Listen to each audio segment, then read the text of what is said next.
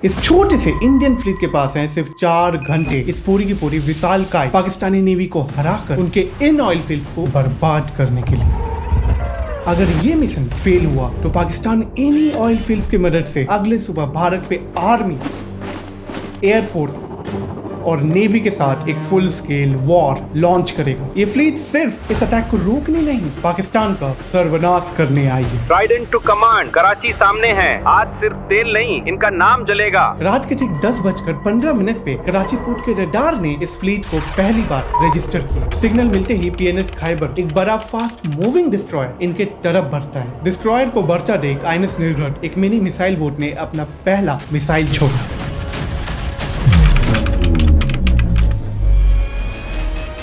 जो सारे anti missile defence systems के बावजूद सीधे PNS खैबर के बॉयलर पे जा लगा।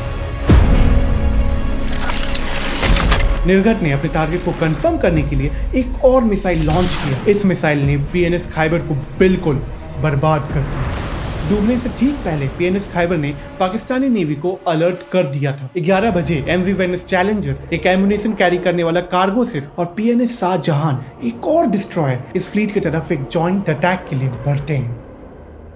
इस बार मिनी मिसाइल बोट INS निपट ने इन दोनों शिप्स के तरफ एक स्टिक मिसाइल लॉन्च किया। जब निपट के रडार के अंदर इस मिशन का सबसे इम्पोर्टेंट टारगेट नजर आया, कराची पोर्ट का खेमारी ऑयल स्टोरेज टैंक। 1971 में कराची का ये पोर्ट पूरे पाकिस्तान का सबसे हेवली फोर्टिफाइड नेवल बेस था। ये जानते हुए भी INS निपट फुल स्पीड से कराची पोर्ट की तरफ बढ़ा। इसी बीच उसके छोड़े पहले मिसाइल ने अपने टारगेट को स्पॉट ऑन हिट किया। ब्रिटिश नेवी से चार्टर्ड ये कार्गो शिप अगले 8 मिनट में डूब जाएगा। कुछ सेकंड्स बाद ही INS निपट का छोड़ा दूसरा मिसाइल PNS शाहजहां को जा लगा। शाहजहां मिसाइल के इम्पैक्ट से जल उठा और वहीं बर्बाद हो गया। 11:20 में INS वीर, इस इंडियन फ्लीट के तीसरे मिनी मिसाइल बोट ने एक पाकिस्तानी माइन स्वीपर PNS मुहाफिज को अपने रडार में डिटेक्ट किया। मुहाफिज PNS खैबर के सर्वाइवर्स को रेस्क्यू करने जा रहा था, पर इससे पहले वो वहां पहुंच पाता, वीर ने अपना मिसाइल उसके तरफ छोड़ दिया। मिसाइल के इम्पैक्ट से वो वुडन शिप तुरंत बिखर गया। इसी बीच INS निपट कराची पोर्ट के पास अनडिटेक्टेड पहुंच गया था। उसने अपने बाकी बचे 2 स्टिक मिसाइल को ऑयल टैंकर्स पे फायर किया। पहला मिसाइल सीधे एक ऑयल टैंकर पे जा लगा।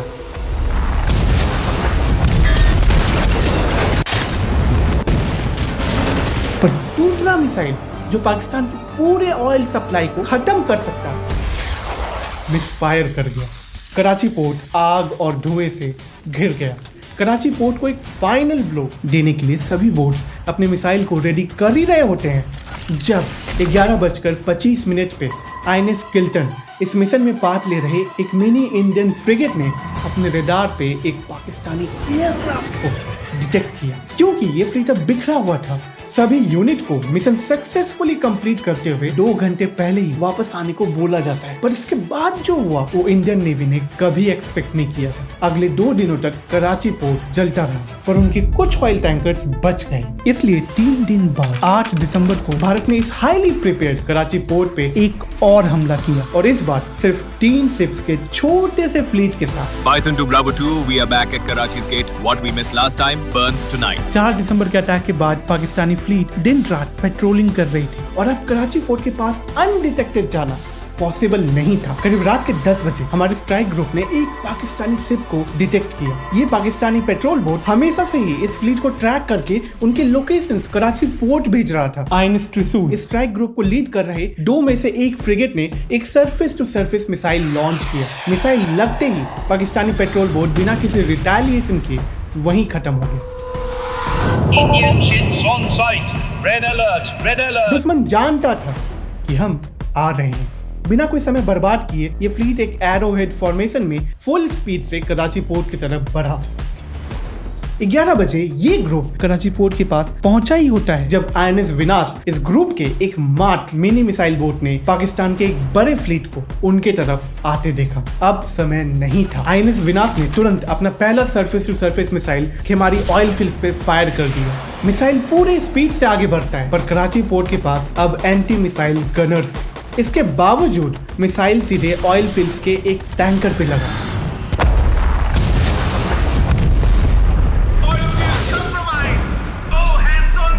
इस धुएं की वजह से अगले 3 दिन तक कराची में सूरज नहीं उगेगा। आईएनएस विनाश ने अपने 2 मिसाइल्स को तेजी से बढ़ रहे पाकिस्तानी फ्लीट पे फायर किया।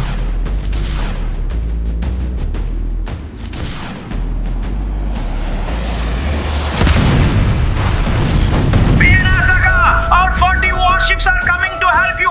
Don't engage. I repeat, don't engage.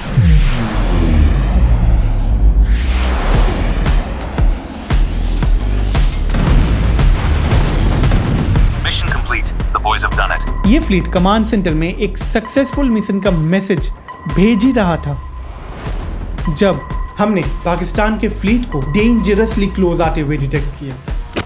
Command, multiple enemy contacts, bearing 310, at least 40 warships. Bravo 1, say again, did you say 40 vessels? Affirmative, Python actual. These are armed ships. इस point पे हमारे सारे missiles अब खत्म हो गए थे और मिशन कंप्लीट। पर इतने बड़े पाकिस्तानी फ्लीट को आउटरन करना पॉसिबल नहीं था। पर भाग कौन रहा था? सभी शिप्स एक आखिरी जॉइंट अटैक के लिए अपनी फाइनल पोजीशंस लेते हैं। पर तभी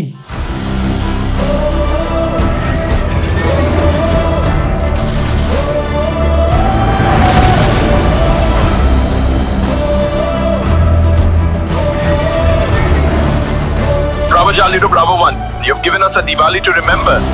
Now fall back, gentlemen. Leave the rest to us. Trident out.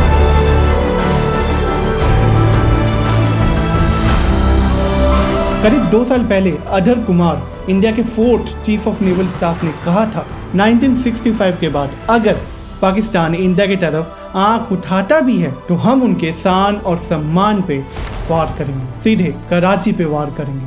सिर्फ 2 साल बाद उनके सक्सेसर एडमिरल नंदा ने इस बात को सच कर दिखाया।